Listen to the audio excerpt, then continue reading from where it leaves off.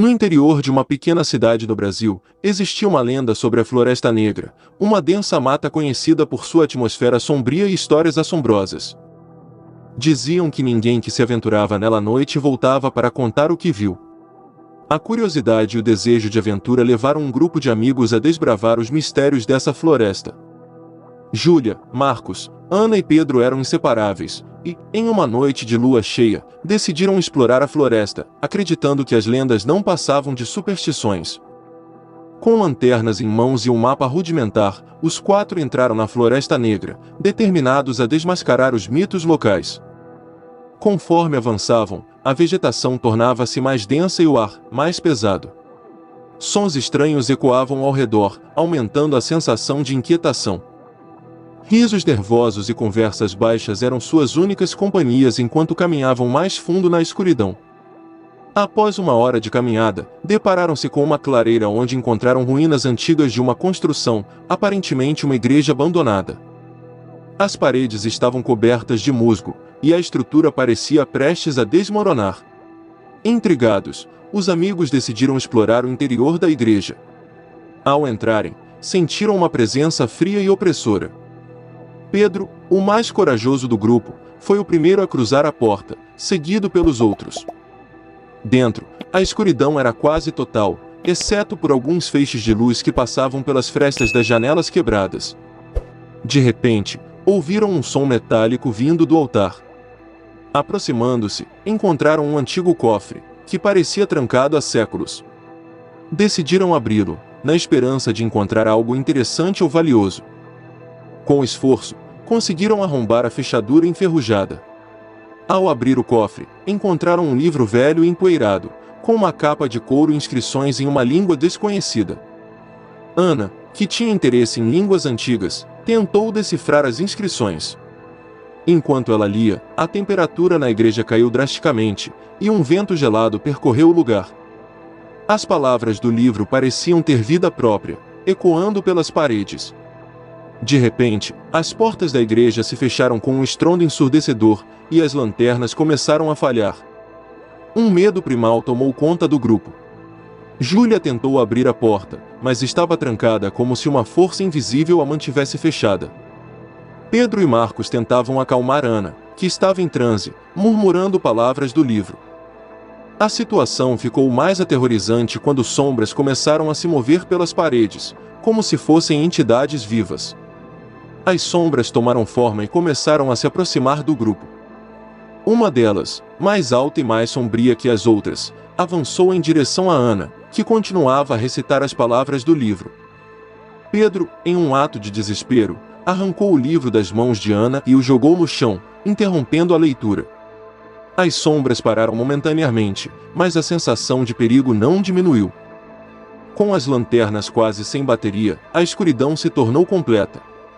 Desesperados, os amigos procuravam uma saída. Marcos notou que uma das janelas estava parcialmente aberta, oferecendo uma chance de fuga. Usando todas as suas forças, conseguiram abrir a janela e escaparam para a clareira. Quando pensaram estar a salvo, ouviram um grito agonizante vindo de dentro da igreja. Contra o bom senso, Pedro decidiu voltar para ajudar quem quer que fosse. Ao entrar novamente, viu a sombra maior próxima ao livro, agora fechado. Ele sentiu uma força invisível empurrando-o para fora, mas antes de sair, viu algo que o deixou paralisado, um rosto familiar na sombra. A sombra possuía os traços de alguém que conheciam bem, um antigo amigo que desaparecera anos antes na mesma floresta. O choque foi suficiente para fazê-lo hesitar. A sombra avançou rapidamente, mas antes que pudesse alcançá-lo, Pedro conseguiu escapar pela janela novamente. O grupo correu pela floresta sem olhar para trás, até chegar à saída. Estavam exaustos e traumatizados, mas vivos. Ao voltarem à cidade, decidiram nunca mais mencionar o que viram naquela noite. No entanto, sabiam que algo terrível ainda espreitava na Floresta Negra, esperando pela próxima vítima. Os dias seguintes foram marcados por silêncios constrangedores e olhares preocupados. Júlia, Marcos, Ana e Pedro carregavam consigo a lembrança das sombras e do amigo perdido. Decidiram não contar a ninguém sobre o que encontraram, temendo serem considerados loucos. No entanto, a curiosidade mórbida de Pedro o levou a pesquisar mais sobre a antiga igreja e o livro misterioso. Descobriu que aquela igreja era conhecida como a Igreja das Sombras, construída por um culto obscuro que praticava rituais proibidos. O livro que encontraram era um grimório, contendo feitiços antigos e perigosos. Pedro, determinado a entender o que havia libertado, continuou suas investigações sozinho. Conforme desvendava mais segredos, percebeu que o poder contido no livro era real e devastador. Uma noite, decidiu retornar à floresta para destruir o grimório e, possivelmente, libertar o espírito de seu amigo. Sem contar aos outros, ele se aventurou novamente na Floresta Negra, armado com o conhecimento que adquirira. Chegando à igreja, encontrou-a ainda mais sombria e opressora. O livro estava no mesmo lugar, intacto. Pedro começou a recitar um encantamento que aprenderá, na esperança de selar o poder do grimório. Enquanto recitava, as sombras começaram a se mover novamente, mas desta vez Pedro estava preparado. Ele terminou o encantamento, e uma luz intensa emanou do livro, dissipando temporariamente as sombras. No entanto, a sombra maior, com o rosto de seu amigo, permaneceu. Em um último esforço, Pedro implorou ao espírito que lutasse contra a escuridão que o prendia. Por um breve momento, viu a expressão do amigo mudar, como se estivesse lutando para se libertar.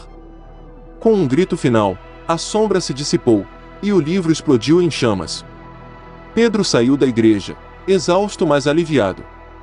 Ao retornar à cidade, sentiu um peso sair de seus ombros. Sabia que havia feito certo, mas também que a Floresta Negra ainda guardava muitos segredos.